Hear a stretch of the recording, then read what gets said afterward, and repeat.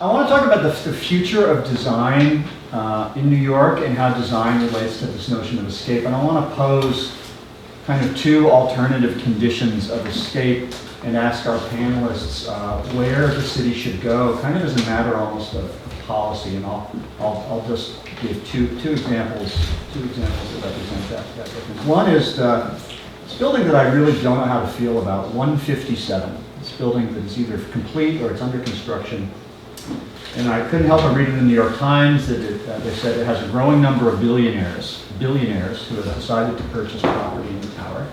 And the article noted that properties that are above the 40th floor are especially favored because you escape the noise of traffic at last. You're so high up, you can no longer hear the city. So to me, this represents, it's a version actually of what Rem Koolhaas talked about when he wrote Delirious New York. He wrote about architecture's potential to kind of become a world unto itself, the kind of complexity that's possible in large design. And we see New York with these increasingly large projects, many of them quite tall, proposals that come and go about hyperdensity, all these ideas, many of which we know are going to benefit those who are very rich and who have the possibility of escaping the kind of everyday of the city floor as they move up into the sky, right? And I encourage you all to look at this book, Urban Design Manhattan, if it's still in print.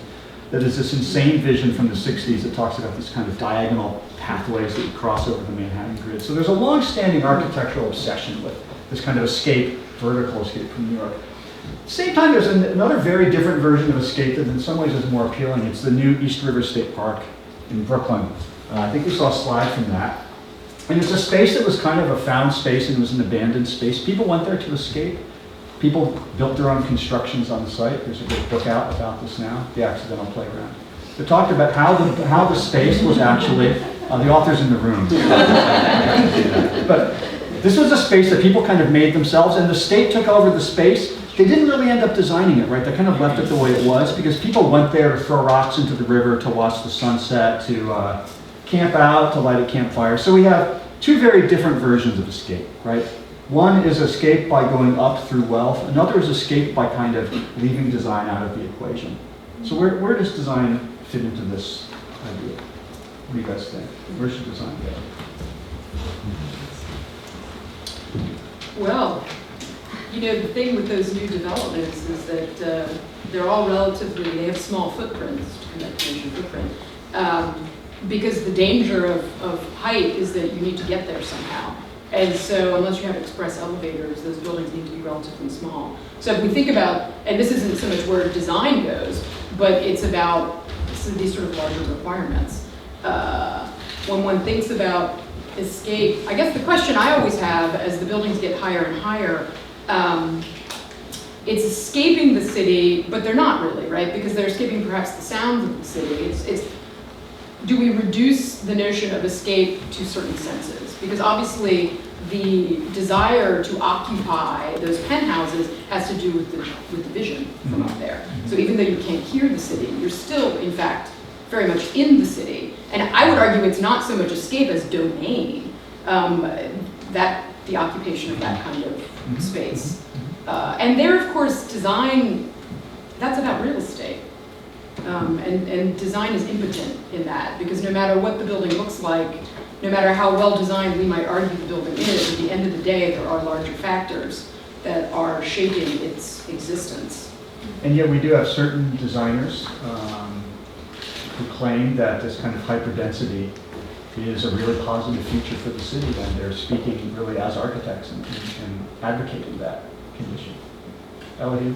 Well, yeah, I mean, to pick up that note, I mean, I guess personally, I'm less interested in escape for the extremely wealthy that would live in these places who have so much mobility in so many different kinds of ways. It's interesting, something very provocative that you said about the redesign of the East River waterfront is that by designing it and by making it more accessible and formalizing it, we may have, not necessarily inadvertently, but we may have made it less a place of escape. I mean, that's one of the things that I think comes out of Dan's book about this, is that it was so much more interesting and really more of an escape when we had hands off, and informality in the city is so precious, I think, actually, and increasingly threatened by design.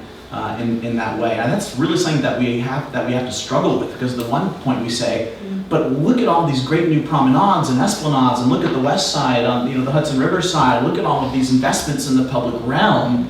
And now we're doing it right. Robert Moses invested in the public realm and did some things right and so many things wrong. But now with Janet Sadiq Khan and our bike lanes and all these things, but there's danger, in my view, of formalizing all of these things. And I think it's a really provocative question to wonder about whether or not we're actually we're delimiting escape in a way by even making all of these ostensibly lovely places. Now, from the guy who's in charge. Yeah, if only. I think that speaks to the importance of having some flexibility built in, and just something as simple as a movable chair, so that you're not necessarily dictating how somebody inhabits that space. It seems sort of simple, but it's one of the things that we're only now really beginning to understand. Design is such a general term. It's like, what do we mean by good design? What is the role of design? And then certainly, the role of the urban designer is very different from the role of the architect, and for those of us who think that density is a good thing for a sustainable city, and locating it around public transit is a good thing, what the skin of that building and what sort of glass it uses is less important. Certainly the case of 157. What's interesting there too is that those people are not living in those units. It's and when we're working on the East Midtown, the infamous East Midtown plan, there was a lot of the community wanted to see mixed use. They wanted residential to be mixed in with the commercial uses, and but what we were saying is that, well, that's great, but you do realize the community that can afford these units probably isn't the community that you're thinking of, to create this sort of diverse neighborhood, and probably not really going to be living in those units. So it's. On the other hand, that whole debate around the micro units for new arrivals comes back to the point of escaping to the city and creating housing opportunities, affordable housing opportunities. That's a real challenge of escape. How do we make the escape to the city continually, increasingly accessible very, very, very broadly? So when you talk about some of the high rise on a small footprint, this is already old news. This must have been at least a year and a half ago, where they were doing the competition for the micro units that were going to be given to artists or newcomers or whomever it was. But that's another interesting kind of extension of some of this. But I think there's also this issue of control and informality. So this notion that now, yes, we're at a moment in the city where the furniture is movable instead of fixed. And we think that seems like a positive thing, but the ways in which we construct diversity is problematic, because if you take the West Side, for example, and all of the piers, almost all of us would agree that has been a positive thing, the way that many, many more people feel that they can occupy the former abandoned piers.